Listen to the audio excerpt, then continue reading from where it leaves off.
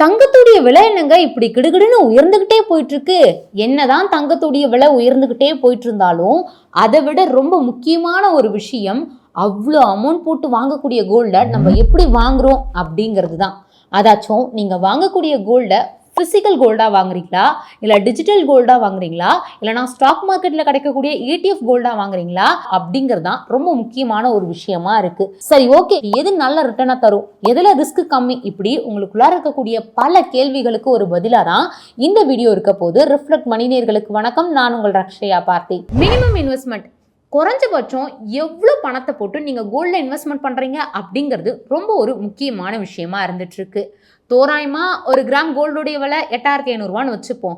அப்படி பார்க்கும்போது நீங்கள் நகை கடைக்கே போய் கோல்டை வாங்குறீங்க அப்படின்னா செய்கூலி சேதாரம் போக 8500 இருக்கக்கூடிய கோல்டை நீங்கள் எப்படியோ 10,000 வரைக்கும் வாங்குற மாதிரி ஆயிடும். இதுவே நீங்க டிஜிட்டல் கோல்ட்ல வாங்குறீங்க அப்படின்னா ₹1 உங்களுடைய முதலீட ஆரம்பிச்சுக்கலாம். இல்லைனா நீங்க ஸ்டாக் மார்க்கெட்ல கிடைக்கக்கூடிய ETFல வாங்குறீங்க அப்படின்னா ₹50 ₹100 நீங்க இன்வெஸ்ட்மெண்ட் பண்ண ஸ்டார்ட் பண்ணிக்கலாம். எல்லாமே கோல்டு தான். ஆனா அதை இன்வெஸ்ட்மெண்ட் பண்ணக்கூடிய அமௌண்ட்டே எந்த அளவுக்கு வேரி ஆகுது அப்படிங்கறத நீங்க பாப்பீங்க. இதுல டிஜிட்டல் கோல்ட் ₹1 ஸ்டார்ட் பண்ணிக்கலாமா, அப்ப அதான பெஸ்ட் அப்படின்னு நீங்க நினைக்கலாம். ஆனா அதுலயே ஒரு சில விஷயங்கள் இருக்கு. என்ன அப்படின்னு பார்த்தீங்கன்னா, இன்னைக்கான கோல்ட் ரேட் எவ்வளவோ அதை அடிப்படையாக வச்சு உங்களுக்கு மில்லி கிராம் கோல்டு தான் கிடைக்கும். ஸோ இது ஒன்று வச்சே நீங்கள் முடிவு பண்ணிட முடியாது. அடுத்தடுத்து இருக்கிறதையும் நம்ம படிப்படியாக பார்ப்போம். Second one, long term investment.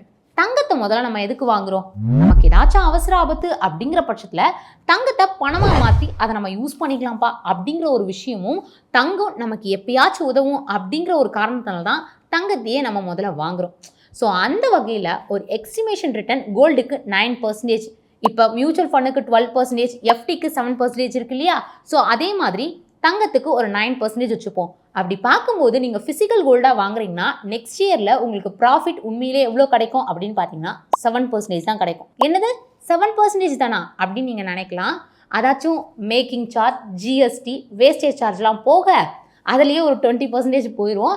அது போக உங்கள் கைக்கு கிடைக்கிறது வெறும் 7% தான். இதுவே நீங்க டிஜிட்டல் கோல்டா வாங்குறீங்க அப்படிங்கிற பட்சத்துல உங்களுக்கு 8% கிடைக்கும். இல்லைனா மியூச்சுவல் ஃபண்ட்ல கிடைக்கக்கூடிய ETFல வாங்குறீங்க அப்படிங்கிற பட்சத்துல இதுல எக்ஸ்பென்ஸ் ரேஷியோ போக உங்களுக்கு 8.9% அளவுக்கு இதுல ப்ராஃபிட் கிடைக்கும். அடுத்து ரிஸ்க் தான் எல்லாரும் கண்ணை மூடிட்டு சொல்லுவாங்க பிசிக்கல் கோல்டு அப்படின்னு.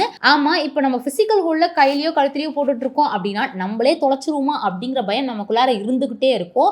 அப்படி இல்லை, நான் ஏன் போட்டுட்டு இருக்க போறேன், நான் போய் எங்க வீட்டு பீரோல வைக்கிறேன் அப்படின்னா அதை யாராச்சும் திருடிட்டு போயிருவாங்களா அப்படிங்கிற பயம் நமக்குள்ளார கண்டிப்பா இருந்துகிட்டே இருக்கும். இது ரெண்டுமே கிடையாது. நான் பேங்க் லாக்கர்ல பூட்டி வைக்கிறேன் அப்படின்னா அது உங்களுக்கு எக்ஸ்ட்ரா செலவா தான் இருக்கும். எப்படி பார்த்தாலுமே பிசிக்கல் கோல்டு அப்படிங்கிறது அதிகமான ஒரு ரிஸ்க் இருக்கக்கூடிய ஒன்றா தான் இருந்துட்டு இருக்கு. இதுவே நீங்க டிஜிட்டல் கோல்டு எடுத்துக்கிட்டீங்கன்னா இதுல என்ன அப்படி ரிஸ்க் இருக்கு அப்படின்னு நீங்க நினைச்சீங்கன்னா இதுல ரெகுலேஷன் ப்ராப்பரா கிடையாது. ஸோ அந்த வகையில இதுலயுமே ரிஸ்க் இருக்க தான் செய்யுது. இதுவே ETF கோல்டு பாத்தீங்கன்னா செபி தான் இதை ரெகுலேட் பண்றாங்க. ஸோ அந்த வகையில இது சேஃபா தான் இருக்கு.